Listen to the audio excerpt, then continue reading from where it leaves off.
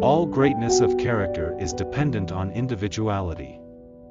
The man who has no other existence than that which he partakes in common with all around him, will never have any other than an existence of mediocrity.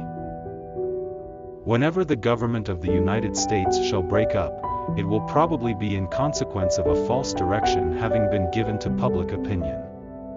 This is the weak point of our defenses, and the part to which the enemies of the system will direct all their attacks. Opinion can be so perverted as to cause the false to seem the true, the enemy, a friend, and the friend, an enemy, the best interests of the nation to appear insignificant, and trifles of moment, in a word, the right the wrong, and the wrong the right. Individuality is the aim of political liberty. By leaving to the citizen as much freedom of action and of being as comports with order and the rights of others, the institutions render him truly a freeman. He is left to pursue his means of happiness in his own manner. The air, the water, and the ground are free gifts to man, and no one has the power to portion them out in parcels. Man must drink and breathe and walk, and therefore each man has a right to his share of each. Commerce is entitled to a complete and efficient protection in all its legal rights, but the moment it presumes to control a country, or to substitute its fluctuating expedients for the high principles of natural justice that ought to lie at the root of every political system, it should be frowned on, and rebuked. In America, it is indispensable that every well-wisher of true liberty should understand that acts of tyranny can only proceed from the public.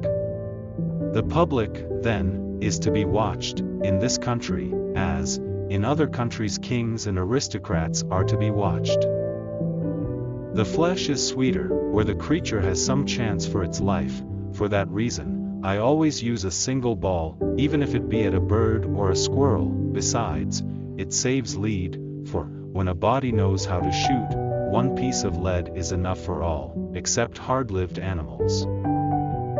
We can all perceive the difference between ourselves and our inferiors, but when it comes to a question of the difference between us and our superiors, we fail to appreciate merits of which we have no proper conceptions.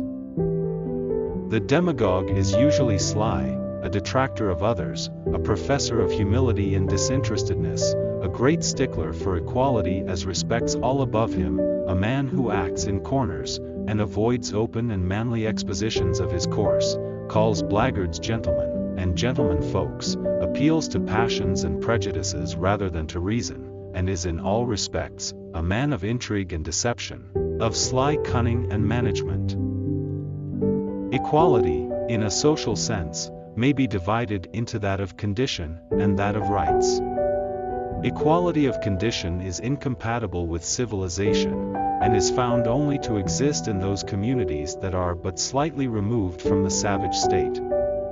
In practice, it can only mean a common misery. Equality of rights is a peculiar feature of democracies. These rights are properly divided into civil and political, though even these definitions are not to be taken as absolute, or as literally exact. They who have reasoned ignorantly, or who have aimed at effecting their personal ends by flattering the popular feeling, have boldly affirmed that one man is as good as another, a maxim that is true in neither nature, revealed morals, nor political theory. An interesting fiction, however paradoxical the assertion may appear, addresses our love of truth, not the mere love of facts expressed by true names and dates, but the love of that higher truth, the truth of nature and principles, which is a primitive law of the human mind.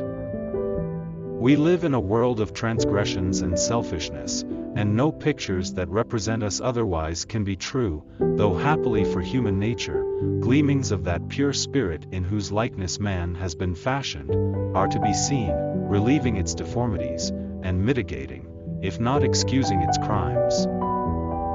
A monarchy is the most expensive of all forms of government, the regal state requiring a costly parade, and he who depends on his own power to rule, must strengthen that power by bribing the active and enterprising whom he cannot intimidate.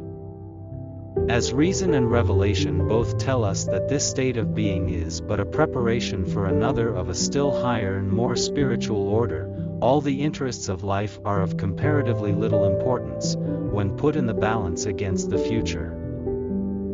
The affairs of life embrace a multitude of interests, and he who reasons in any one of them, without consulting the rest, is a visionary unsuited to control the business of the world. How easy it is for generous sentiments, high courtesy, and chivalrous courage to lose their influence beneath the chilling blight of selfishness, and to exhibit to the world a man who was great in all the minor attributes of character, but who was found wanting when it became necessary to prove how much principle is superior to policy. As for bread, I count that for nothing. We always have bread and potatoes enough, but I hold a family to be in a desperate way when the mother can see the bottom of the pork barrel. Give me children that's raised on good sound pork afore all the game in the country. Game's good as a relish and so's bread, but pork is the staff of life. My children I cockerlate to bring up on pork with just as much bread and butter as they want.